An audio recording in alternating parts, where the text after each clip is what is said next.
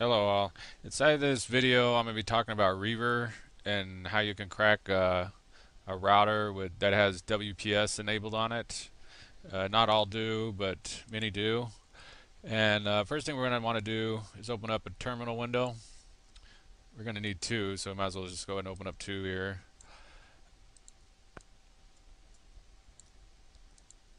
And I'm going to want to see if the wireless adapter is connected, so I'm going to run a airmon ng command.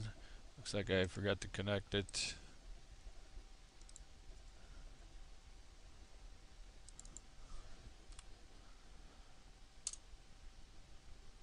Okay, there it goes.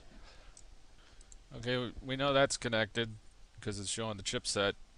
And after that, we're going to want to do an airmon ng and start WLAN 0.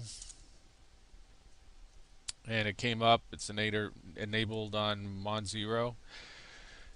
So at this point, we need to see which routers are out there. We could run an arrow dump command to see all the routers that are out there, but except for we don't know which one has WPS enabled. So we're going to want to use the wash command to see which one have WPS enabled on it. And sometimes the wash command can act up, but I found a, a little trick that helps me. And you don't have to do this, but I do this just because wash can give you problems sometimes. So just make director /etc /reaver, and it helps it out. You can do that whether or not you want to do it or not. It's up to you. So now we want to run the wash command to see what routers out there have WPS on it. So it's wash -I mon 0. You can see that we've got enabled on mon 0 right there. And so mon 0 minus, and it's a capital C, so capital C, and we're going to see what's out there. You can see right here the D-Link, which is mine, so it doesn't matter if I use it.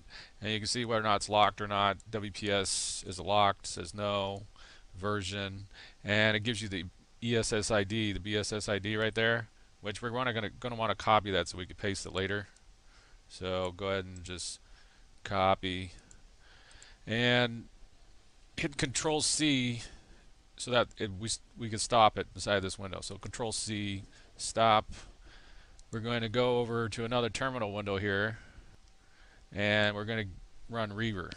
So we're going to say Reaver -I, it's on mon 0, and -B, and we're going to paste that BSSID that we copied, and we're going to say negative Victor Victor, and we're going to let it run. Now there is ways you can speed this up. I'm just showing you the basics of it so that you run it this way, then it's very basic. It could take 2 to 10 hours depending on how it goes.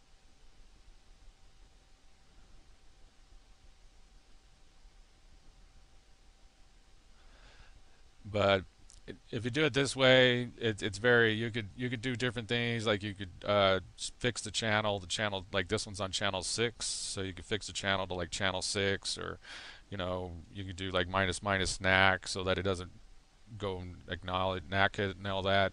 But doing it this way, it's very basic, but it's straight to the point. And at this point we're just gonna have to let it run, and it'll crack it in like 2 to 10 hours. So I'm just going to let it run, and when it's done, I'll come back and I'll show you the end result. Alright, so I'm back, and as you can see, there's the password right there, and it cracked it. I'm not sure how long it took because I just let it run.